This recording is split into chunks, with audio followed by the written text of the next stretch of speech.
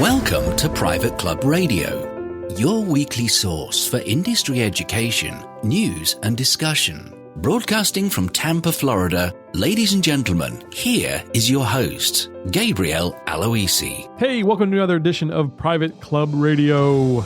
We've got a fun episode coming up for you. I saw this thing come across my desk this week. It was the 2017 survey of home buyers researching master planned lifestyle communities.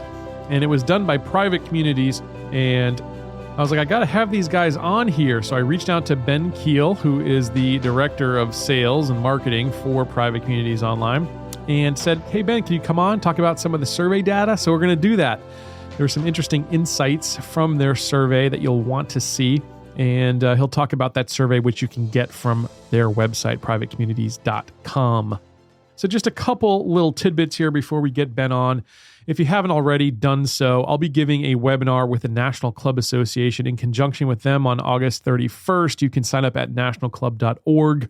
We're calling it Modern Membership Strategy. So if you're trying to get members into your club, check it out. It's $35, well worth it. I will make it worth your time, nationalclub.org.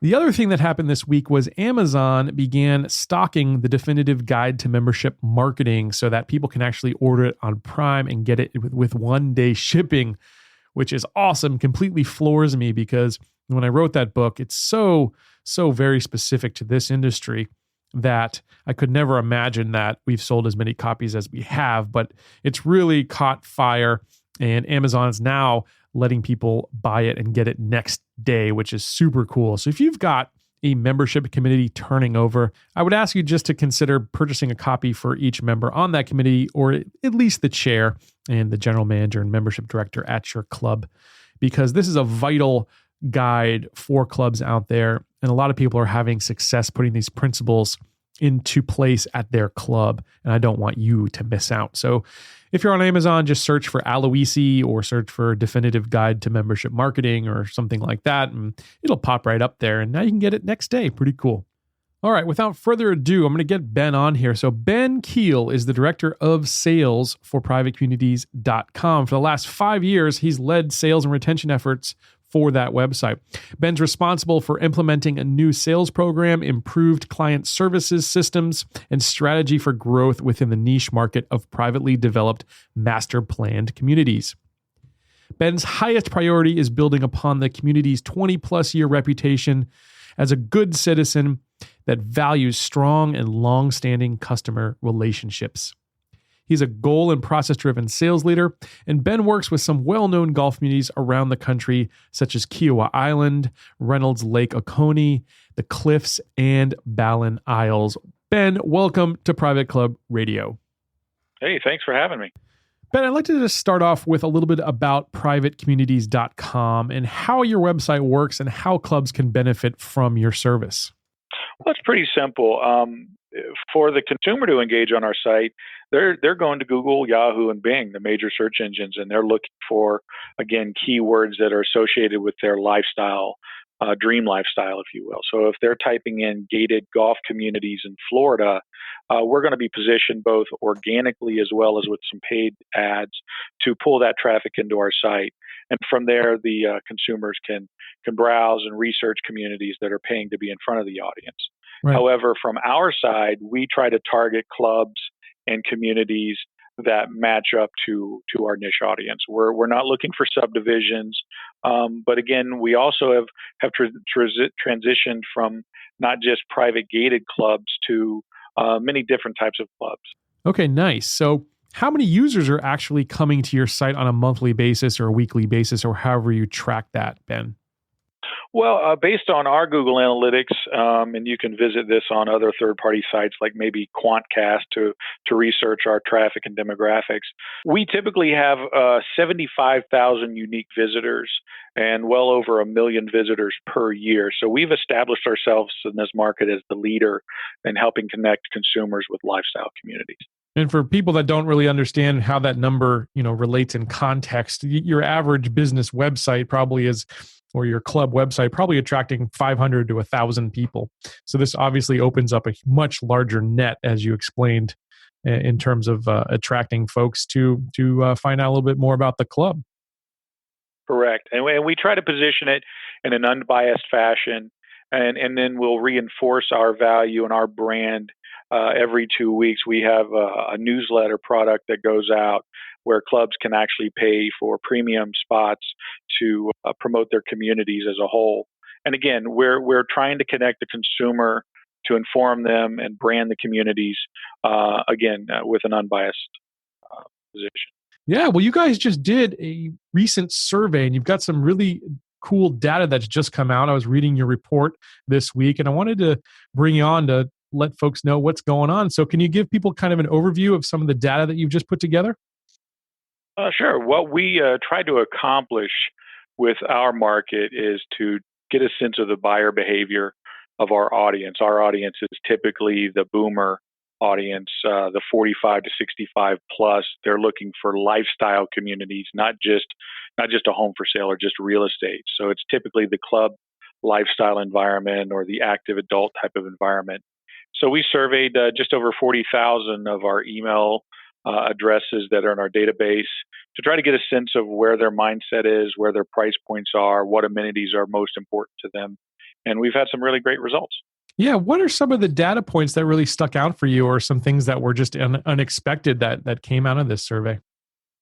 Well, again, we did this particular survey in 2014, and as we move farther and farther away from the recession, some interesting points jump out at us. One is the post-recession crowd is still moving their needle down away from the McMansions of the day back before the bubble burst, and they're looking for that $300,000 to $600,000 price point, especially within our golf course communities. So I think they've changed their expectations of how much house they need, but they can still identify with the amenities, if you will. Okay, nice. Was there anything that just stuck out when you looked at the data as something you would not have expected, or something out of the ordinary that you wouldn't have guessed? Well, actually, the urgency to purchase. One of the questions we asked in the survey was, "How soon do you plan on buying?" Mm-hmm. And the within 6 months is at 10%. Within 1 year is 27%, and within 2 years is 38%. That urgency has moved up since the last time we conducted this survey in 2014. So I think that now is a great market for this baby boomer audience, this affluent audience. They see that the stock market is strong. They're feeling confident. Consumer confidence is extremely high, according to the National Association of Home Builders. So I think across the board, just seeing that number increase is a welcome sign in our business. Sure. Now, are you finding that most people are using these properties on golf courses as their primary residence, as their secondary residence? What is the data telling us? It's a combination. There's still plenty of second home buyers that use our site to research the different types of club communities, if you will. But we also see a big trend in those moving for primary retirement. And when you're looking at primary retirement, you're looking for a lower maintenance lifestyle. And then obviously they're taking into consideration the club status, the club's cost, and the associated carrying cost to live within the community. And it's interesting to see that there's still buyers for the golf course communities out there. Mm-hmm. Well, how about in terms of age groups? Like, let's talk about maybe moving down into Florida, for instance, where I am. What's the demographic profile that you're seeing of the people that are coming down here? Is it empty nesters? Is it families? What sorts of people are moving to Florida and some of these other golf course community areas around the country? Well, the majority of our audience are typically the baby boomers. They're the 45 to 65, as I mentioned earlier. However, we see a lot of people planning for their retirement. So obviously they could be 2 to 3 years out. But the majority, I think, of the people that engage on our site are 55 plus, and we have segmentation that we use from a company called Claritas, and they're able to take the addresses of the consumers that register on our site and validate their demographic profiles, if you will. And their one segment that we have the most action from is called Big Fish, Small Pond. And within that description, you'll find that they're typically looking for the club lifestyle and the club membership. So I would say that 55 plus market is still extremely strong in the golf course community segment. What types of amenities and things are you finding that people are really most interested or looking to have in their club? Well, we typically follow a lot of the club industry and surveys from other sources that are more specific to the club lifestyle. And what we find on our data from this recent survey is interesting. It parallels. Even though golf is still at 46% on our survey as far as an amenity of expectation, um, fitness and lifestyle have increased dramatically. Whether it's swimming pools or fitness centers or spas and things of that nature, we've seen that shift. And I think that's actually the consumers looking for a combination of golf and fitness and spas, more so, I think, to share with their entire family. Hmm. Yeah, and you mentioned in the data, golf nearby, kind of as an amenity. Can you tell folks a little bit about what you mean by that? Well, again, I think that parallels to the post recession crowd that's using our information and researching. There are many people that still want to play golf, and there's an opportunity for clubs to take advantage of that audience for tee times and things of that nature. But we've also seen some that are looking for the ability to play in local municipal courses without having to directly tie into a membership as well. Yeah, are you seeing that more and more often? Is that the case? I think it's because we're seeing it more because the amount of boomers that are out there, not all of the boomers are able to afford the membership lifestyle. Hmm. So again, there's a blended audience that we're dealing with, and that's why our site has been changing over the years. I think it's still an important amenity that developers look at to make sure that they are nearby if they have an age targeted product. Yeah.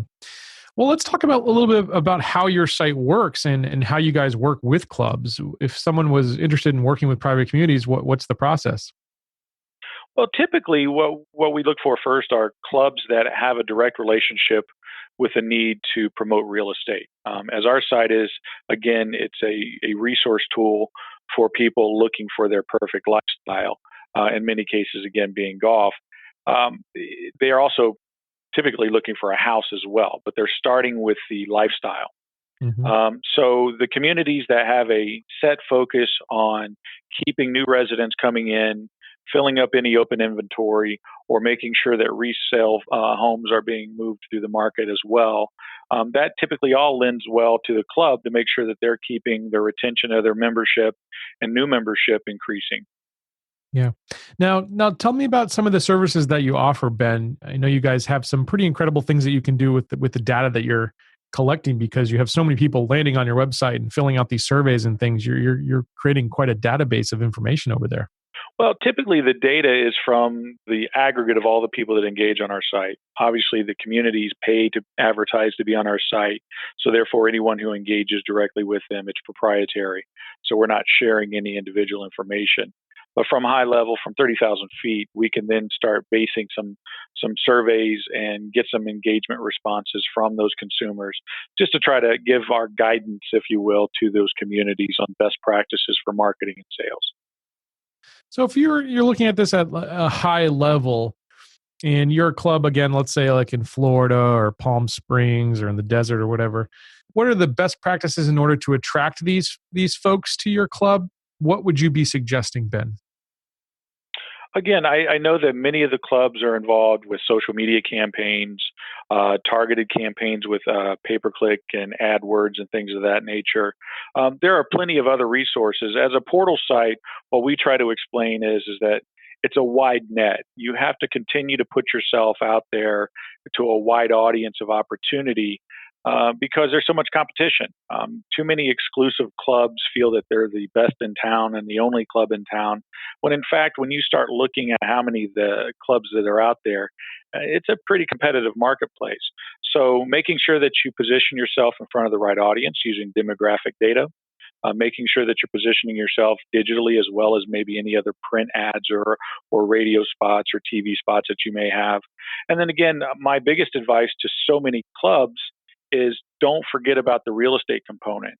Even though you may not be directly tied to real estate and real estate's handled by local real estate agents or maybe even members who are real estate agents, align yourself with them because the best way to attract a potential new member in our eyes is to have them become a resident. Right. Yeah, absolutely. Now, you guys over there at Private Communities are actually developing a new site, is what I've heard. Can you tell folks about what's coming down the pike for you guys? Absolutely. We're looking to do some new branding as well as give it a new look. We admittedly needed to revisit the look and feel, modernize a bit, but because of our audience, because of the demographic, they like the intuitiveness of our site. It's easy to use, it's easy to engage, and it's easy to research. But we're hopeful that we're going to have that project wrapped up before the end of this year, so we hit 2018 running. That's awesome. You guys are actually a PCMA sponsor. You've been a sponsor for how many years now? Well, this is going to be our second year. We'll be talking to Hannah very shortly. Hopefully she's listening. And we'll continue to keep that relationship going. We've also created a PCMA price point. So many of the clubs are interested in participating with us, but again, because they're not aligned with real estate, they sometimes decide not to go down the path. But we want to be able to put them in front of our audience because, again, affluent baby boomers looking for lifestyle, I think it's a great opportunity to create some synergy and prove ourselves long term. So we're going to continue down the path with PCMA for sure. Well, that's fantastic, Ben. So if they want to get in touch with you or someone there at Private Communities, what's the best way for them to reach out and get some more information? First, they can visit privatecommunities.com. Obviously, all the information they may need is in our footer section. We have a media kit that's under a link called Advertise. We also have a link called Community Marketing that you may find some helpful information about other marketing tips and tools within our niche market. And then my phone number is at the bottom of that site. And feel free to just email me, ben@privatecommunities.com. Awesome, Ben. Well, thanks for coming on Private Club Radio talking about this new survey data. Definitely, if people want to actually see some of this data, how do they actually go about getting a copy of this survey?